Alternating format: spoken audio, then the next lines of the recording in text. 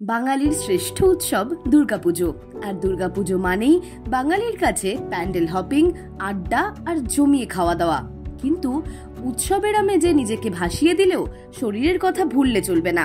উৎসবের মরশুমেও কিভাবে নিজের শরীরকে সুস্থ রাখা যায়, সুস্থ রেখে পুজো উপভোগ করা যায়, সেই সমস্ত বিষয়ে পরামর্শ দিলেন ডায়াবেটিস এডুকেটর সৌর্যশ্রী ভট্টাচার্য।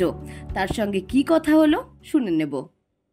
সবার ফার্স্টেই জানতে চাইবো যে বাঙালি মানে দুর্গাপুজোতে বিভিন্ন রকমের খাওয়া দাওয়া, রকমারি খাওয়া দাওয়া, মানে সারা বছর ডায়েট মেনটেন করলেও বাঙালি দুর্গাপুজোয় ডায়েট মেনটেন করতে পারে না। তো এই বিষয়টা কি খুব নর্মাল, নাকি এটা মানুষের জন্য মানে ক্ষতিকারক হতে পারে? নমস্কার। অ্যাকচুয়ালি ডায়েট বিষয়টা ডিপেন্ড করে মানুষ সেটা কিভাবে নিচ্ছে। ডায়েট মানে এটা কখনোই নয় যে আমরা যা প্রত্যেকদিন খাই তার থেকে বাদ দিয়ে বা কোনো পার্টিকুলার আইটেম একদমই আমাদের ডেলি রুটিন থেকে বাদ দিয়ে ডায়েট করা। তো সেক্ষেত্রে পুজোর সময় একটু অনিয়ম হয় মানুষের, স্বাভাবিকভাবে বাইরের খাওয়া দাওয়া হয়, সবসময় ঘরে আমরা যেরকম ভাবে পদ্ধতিতে খেয়ে থাকি সেরকম হয় না। তো সেক্ষেত্রে পুজোর সময় যে বিষয়গুলো মাথায় রাখতে হবে সেটা হলো মূলত আমাদের যা কিছু রোগ বা যা কিছু আমরা লাইফস্টাইলে যে ধরনের ডিজিজ আমরা দেখি, যেমন হল ডায়াবেটিস, হাইপারটেনশন, ডিসলিপিডেমিয়া, থাইরয়েড, এই ধরনের পেশেন্ট যারা রয়েছে এবং তার পাশাপাশি ওবেসিটি টাইপের যে ধরনের পেশেন্ট রয়েছে, তাদের একটা কথাই মাথায় রাখতে হবে যে কোনো ধরনের রিফাইন্ড প্রোডাক্ট মানে রিফাইন্ড ফুড, বিশেষ করে ময়দার যে কোনো জিনিস, ঠিক আছে, সেটা যতটা সম্ভব অ্যাভয়েড করা। বাইরে বেরিয়ে আমরা ভাজা ভুজি, এগরোল, চাউমিন থেকে শুরু করে সমস্ত কিছু খাই, সবকিছুই কিন্তু আলটিমেটলি ময়দা।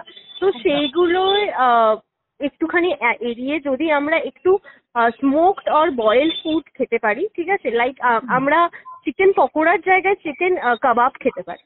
তো এই ছোট্ট ছোট্ট বিষয়গুলোকে আমরা যদি মাথায় রেখে একটু খাবার চুজ করতে পারি, সেক্ষেত্রে আমার মনে হয় অনেকটাই উপকার হতে পারে। আর তাছাড়া আরেকটাও বিষয়, পুজোর সময় মানুষের সারাদিন খাওয়া দাওয়ার একটা ডেলি রুটিন বা ডেলি টাইম যেটা হবে মেনটেন, সেটা হয় না। তো সেক্ষেত্রে আমার বক্তব্য যে আপনারা যখন সকালবেলা ঠাকুর দেখতে বেরোচ্ছেন বা যে টাইমে বেরোচ্ছেন, তার আগে ঘরোয়া আপনি কিছু প্রোটিন আপনি খেয়ে বেরোন।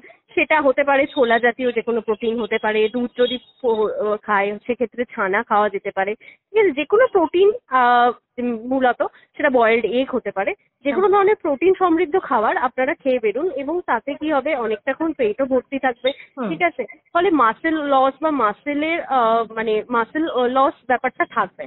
তো সেক্ষেত্রে আমরা একটা লং টাইম গ্যাপের পর যখন আমরা বাইরের খাবার খাবো, ঠিক আছে, তো তখন খালি পেটে খেলে বেশি গ্যাস অম্বলের সমস্যা মানুষে পড়তে পারে। তো অবশ্যই একটাই সাজেশন থাকবে আমার তরফ থেকে, ঠাকুর দেখুন, সবকিছুই করুন, বাট এটা মাথায় রেখে যে খালি পেটে বাড়ি থেকে বেরোবেন না, বাড়িতে অন্তত পক্ষে কিছু খেয়ে আপনারা ঠাকুর দেখতে বেরোন। আচ্ছা, বেশ, মানে আপনি এটাও বলছেন যে মুখরোচক খাবার অবশ্যই খাওয়া যায়, কিন্তু হেলদি ওয়েতে। একদমই একদমই। হ্যাঁ, তো আমি যেটা এবার জানতে চাইবো, মানে কিছু মানুষ তো হয় এরকম, মানে স্বাস্থ্য সচেতনতায় সেটা রোগা হওয়ার জন্য বা একটু কোন রকম ভাবে শরীরের ওজন বাড়ানোর জন্য তারা একটা প্রপার ডায়েট মেনটেন করে। একদমই। তারাও এই পুজোর সময় চিট করে, অবশ্যই খুব ভালো। হ্যাঁ, কারণ দেখুন, সত্যি কথা বলতে খাবারের সঙ্গে একটা মনের খুব একটা সংযোগ রয়েছে বলে আমি বিশ্বাস করি। আপনার যদি প্রিয় খাবারটা আপনি সামনে দেখছেন সেটা রয়েছে এবং আপনাকে যদি না খেতে দেয়া হয়, ঠিক আছে, সেক্ষেত্রেও কিন্তু ঘুরিয়ে আপনার ডিপ্রেশনটা আপনার ওবেসিটির একটা কারণ হয়ে দাঁড়াতে পারে। তো সেক্ষেত্রে হতেই পারে, পুজো তো মানে এরম নয় যে পুজো একদম 1 মাস যাবত, একটা সপ্তাহের মধ্যে হতেই পারে, পুজোর 5 দিনের মধ্যে হতে পারে আপনি 3 দিন মেনটেন করে খান, তার মধ্যে 2 দিন আপনি চিট ডে হিসেবে করতেই পারে। তো সেটাই কোনো অসুবিধে নেই। মানে সেই চিটে কি কোনো লিমিটেশন থেকে যায় ম্যাম? চিটে লিমিটেশন বা থাকে বলতে কি যে যতটুকু খাবেন সেটা একটা প্রপার পোর্শন বা প্রপার পরিমাণে খেলে ভালো, কোনো জিনিসে অতিরিক্ত ভালো নয়। আর অবশ্যই যে যখন আপনি কোনো ভারী খাবার খাচ্ছেন, তারপরে পরবর্তী খাবারটা যাতে অতটা ভারী না হয়, সেই একটা ব্যালেন্স মাথায় রেখে কিন্তু খেলে অতটা আমরা ক্যালোরি ইনটেক করি না, সেটা যতটা ভারী খাবারই হোক কিংবা বাইরের ফাস্টফুড হোক। সাপোজ আপনি বিরিয়ানি খাচ্ছেন, বিরিয়ানির পরে আপনার অনেকটা ক্যালোরি আপনি গেইন করে নিচ্ছেন, ঠিক আছে, তো দুপুরবেলা আপনি যদি বিরিয়ানি খান, রাতের বেলা সেদিনকে আবার আপনাকে অন্য কোনো পরোটা, নান, এই ধরনের জাতীয় জিনিস না খেয়ে সামান্য স্যুপ জাতীয়, বাড়ি এসে স্যুপ কিছু খেয়েও আপনি কিন্তু ঘুমিয়ে পড়তে পারেন। তো সেক্ষেত্রে কিন্তু ক্যালোরিটা অনেকখানি মেনটেন হয়ে যায়, ব্যালেন্স হয়ে যায়। এই কটা দিনের জন্য মানে একদম হয় না, ঘুম থেকে উঠেই কিছু খেলে আমাদের শরীর ভালো থাকে, এই কটা একদম। দিনের জন্য কি এরকম কিছু বলতে পারবেন? দেখুন, নর্মালি আমরা বিভিন্ন ধরনের আমাদের যে মানে মশলা রয়েছে, সেই মশলার অনেক ধরনের গুণাগুণ রয়েছে, এবং তার যেমন একটি গুরুত্বপূর্ণ মশলা আমাদের প্রত্যেকের নিত্যদিনের সঙ্গী, সেটা হলো হলুদ।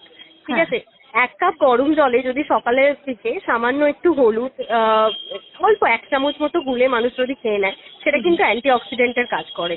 একইভাবে যাদের গ্যাস অম্বলের সমস্যা রয়েছে, তারা কিন্তু সকালবেলা উঠে নর্মাল জলেই রাতের বেলা ভিজিয়ে রাখতে পারে 1 চামচ জোয়ান এবং 1 চামচ গোটা জিরে। সকালবেলা সেই জলটা ছেঁকে খেলে অনেকটা গ্যাস অম্বল কিন্তু সাপ্রেস হয়ে যায়, সেই ধরনের সমস্যা হয় না।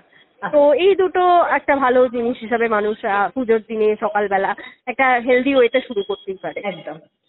আনন্দ আর ভালোবাসার দীপ্তিতে গড়া সমুজ্জ্বল পরমা, ঠিক তোমারই মতো। শ্যাম সুন্দর কোম্পানি জুয়েলার্স, আগরতলা, উদয়পুর, ধর্মনগর, কলকাতা।